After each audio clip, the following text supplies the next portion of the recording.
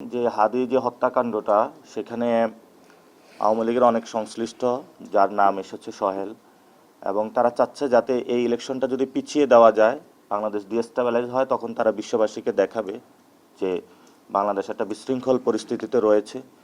তো আমরা ওই সুযোগটা দিতে চাচ্ছি না, যাতে সঠিক টাইমে নির্বাচনটা হয়। এবং আপনি যেটা বলেছেন, আমরা আমাদের শাপলাকলিতে নির্বাচন করব। আমরা আমাদের কেউ জাতীয় নাগরিক পার্টির ধান অথবা অন্য প্রতীকে ইলেকশন করবে না। আমাদের যদি কারোর সাথে আসন সমঝোতা হয় অথবা আলোচনাও যদি হয়, সেটাতে আমরা শাপলাকলিতে ইলেকশন করব। ইলেকশন হবে না এমন কোন আশঙ্কা কি আপনারা করছেন? আশঙ্কা তো বাংলাদেশে রয়েছে, কিন্তু সেই আশঙ্কাটা মানিয়ে আমরা বারংবার জাতীয় নাগরিক পার্টির পক্ষ থেকে ইলেকশন কমিশনের কাছে বলেছি যাতে ফেব্রুয়ারি 12 তারিখে আমরা ইলেকশনটা করতে সক্ষম হয়। অর্থাৎ নির্বাচন কমিশন এমন কোনো ছোট ভুল করে না থাকে যা হয়তো এই ভুলের কারণে 12 তারিখ থেকে পিছিয়ে যায়। ফলত আমরা নির্বাচন কমিশনের অনেকগুলো আশঙ্কা আমরা দেখতে পেয়েছি, সেগুলো বিষয়ে আমরা ওনাদেরকে সতর্ক করেছি, অ্যালার্ট করেছি, যাতে ওনারা ওই বিষয়গুলো মানিয়ে সুন্দরভাবে ইলেকশনটা আয়োজন করতে সক্ষম হয়।